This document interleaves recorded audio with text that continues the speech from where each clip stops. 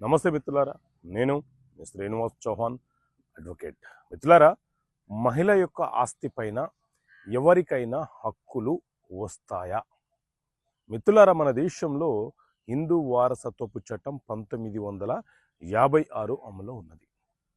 ఇందులోని సెక్షన్ 14 ఏం చెప్తుంది అని అంటే, ఒక మహిళకు ఆస్తి అనేది వారసత్వంగా వచ్చిన, బాగా పరిష్కారం ద్వారా వచ్చిన, వీలునామా ద్వారా వచ్చిన, లేకపోతే వివాహం సందర్భంలో ఎవరైనా ఆమెకు గిఫ్ట్గా ఇచ్చిన, తల్లిదండ్రులు పసుపు కుంకుమ కింద ఇచ్చిన, లేదా బిఫోర్ మ్యారేజు ఆమె కొనుగోలు చేసిన, ఆఫ్టర్ మ్యారేజు ఆమె కష్టార్జితంతో కొనుగోలు చేసిన,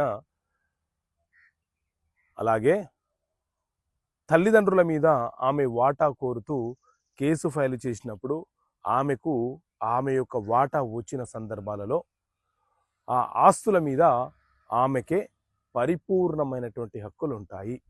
ఆ ఆస్తుల మీద భర్తకు కానీ, పిల్లలకు కానీ, లేకపోతే తల్లిదండ్రులకు కానీ, ఇంకా ఏ వ్యక్తులకు ఆమె యొక్క ఆస్తుల మీద హక్కులు సంక్రమించబడవు.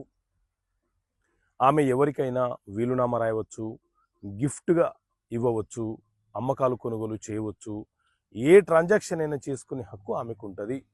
ఇది సెక్షన్ 14 చాలా స్పష్టంగా చెబుతున్నటువంటి అంశము.